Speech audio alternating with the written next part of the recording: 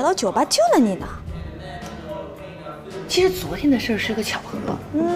本来我老板给我打电话呢，是想跟我聊点工作上的事情，结果没想到你接电话了，跟他说我奶奶酒吧里出事儿了，所以特别巧，他就过来把我们俩给救了。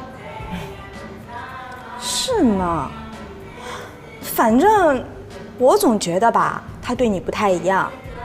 你说你呀，你有一个那么帅、那么好的老板，你怎么就不早点介绍给我呢？要是能早点遇见就好了。你赶紧把这个材料给他送过去。好的，快去。哎，方叔，少爷，少奶奶呢？今天情况怎么样？少夫人出去了。出去了。啊，您去忙吧。哎。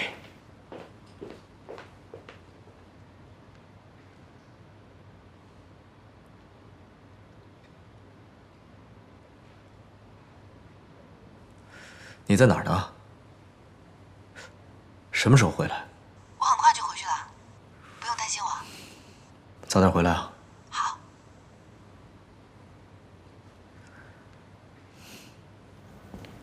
奶奶，我上楼了。李成，你过来一下。啊。坐。好。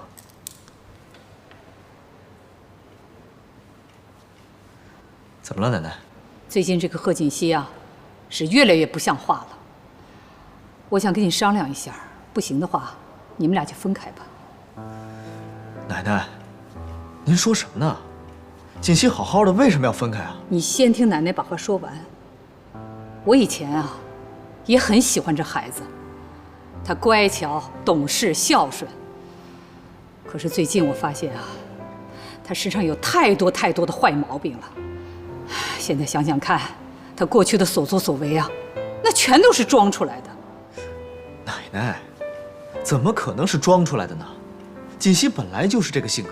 要是他本来就是这个样子，那他现在的表现，你又怎么解释呢？啊，花起钱来大手大脚，到酒吧喝酒，和那些不三不四的人在一起，要再这么下去，那我们顾家的形象可全都毁掉了。奶奶，这里面有些误会，等他回来，我跟他好好说说，以后就不会这样了。